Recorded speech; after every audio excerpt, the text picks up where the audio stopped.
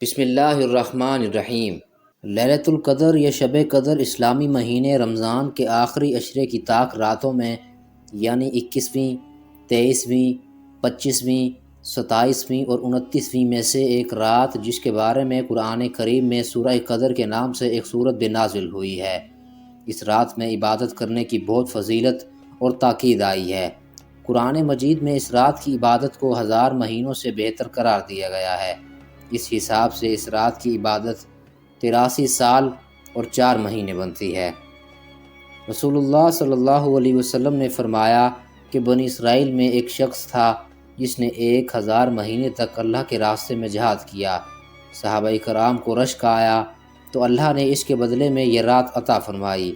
بعض روایات میں ہے کہ آپ صلی اللہ علیہ وسلم نے پہلی امتوں کی عمروں کو دیکھا کہ بہت زیادہ ہوئی ہیں، اور آپ صلی اللہ علیہ وسلم کی امت کی عمریں کم ہیں۔ اگر وہ نیک اعمال میں ان کی برابری کرنا چاہیں تو ناممکن ہے۔ تو اس پر پیغمبر اسلام صلی اللہ علیہ وسلم کو رنج ہوا تو اللہ نے اس کے بدلے میں یہ رات عطا فرمائی۔ ناظرین، لیلۃ القدر کی وجہ تسمیہ یہ بیان کی جاتی ہے کہ لیلۃ القدر کا معنی قدر اور تعظیم والی رات ہے، یعنی ان خصوصیات اور فضیلتوں کی بنا پر یہ قدر والی رات ہے، یا پھر یہ معنی ہے کہ جو بھی اس رات بیدار ہو کر عبادت کرے گا وہ قدر و شان والا ہوگا۔ اس رات کو شرف حاصل ہوا ہے کیونکہ اس میں نزول قرآن ہوا ہے۔ قرآن مجید کتابوں میں عظمت و شرف والی کتاب ہے، اور نبی کریم صلی اللہ علیہ وسلم پر یہ کتاب نازل ہوئی اور تمام انبیاء پر عظمت و شرف رکھتے ہیں۔ اس کتاب کو لانے والے جبریل بھی سب فرشتوں میں عظمت و شرف رکھتے ہیں، تو یہ رات لیلۃ القدر بن گئی۔ قدر کا معنی تنگی بھی کہا گیا ہے، یعنی اس کا تعین علم خفیہ رکھا گیا ہے۔ جلیل بن احمد الفراہیدی کہتے ہیں کہ لیلۃ القدر کو قدر والی رات اس لیے کہتے ہیں کہ اس رات فرشتوں کی کثرت کی وجہ سے زمین تنگ ہو جاتی ہے، یعنی قدر تنگی کے معنی میں ہے۔ جیسا کہ اللہ تعالیٰ کا فرمان ہے کہ اور جب اللہ تعالیٰ اسے آزمائش میں ڈالتا ہے تو اس پر اس کے رزق کو تنگ کر دیتا ہے، تو یہاں پر قدر کا معنی ہے کہ اس کا رزق تنگ کر دیا جاتا ہے۔ ایک قول یہ بھی ہے کہ لیلۃ القدر القدر کے معنی میں ہے، یعنی دال پر زبر ہے، جس کا معنی تقدیر ہے۔ وہ اس لیے کہ اس رات میں پورے سال کے احکام کی تقدیر لکھی جاتی ہے، جیسا کہ اللہ تعالیٰ کا ارشاد ہے کہ اس رات میں ہر حکمت والے کام کی تقسیم ہوتی ہے، اور اس لیے بھی کہ اس رات میں تقادیر لکھی اور بنائی جاتی ہیں۔ اکثر علماء کا خیال ہے کہ یہ 27ویں رات ہے۔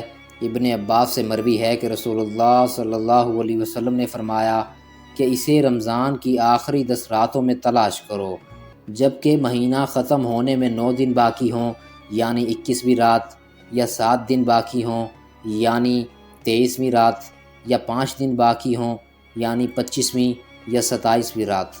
اس تنباتات کی بنا پر ابن عباس یہی خیال کرتے تھے کہ لیلۃ القدر 27ویں رات ہی ہے، اور ابن عباس سے یہ بات ثابت ہے۔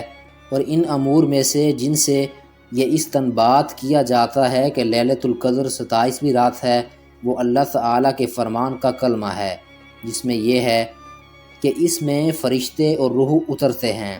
یہ سورۃ القدر کا 27واں کلمہ ہے۔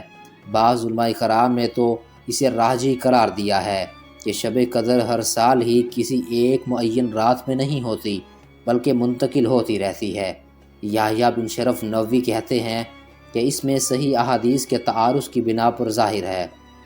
صحیح اور مختار یہی ہے، یہ منتقل ہوتی رہتی ہے، اور انتقال کے بغیر احادیث میں جمع ممکن نہیں۔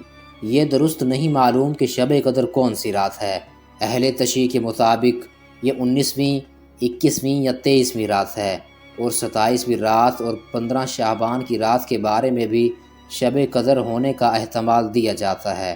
اہل سنت رمضان کی 27ویں رات، جبکہ اہل تشیع رمضان کی 23ویں رات پر زیادہ زور دیتے ہیں۔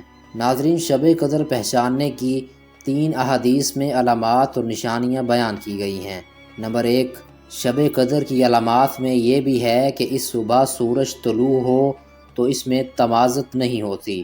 نمبر 2، شب قدر معتدل نہ تو گرم اور نہ ہی سرد ہوتی ہے۔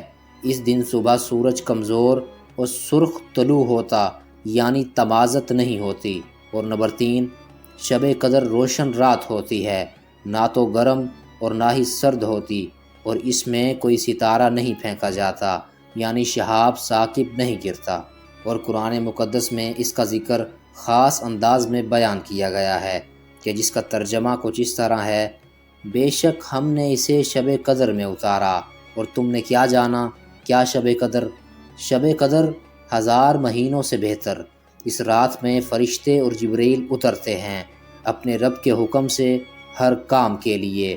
وہ سلامتی ہے صبح چمکنے تک۔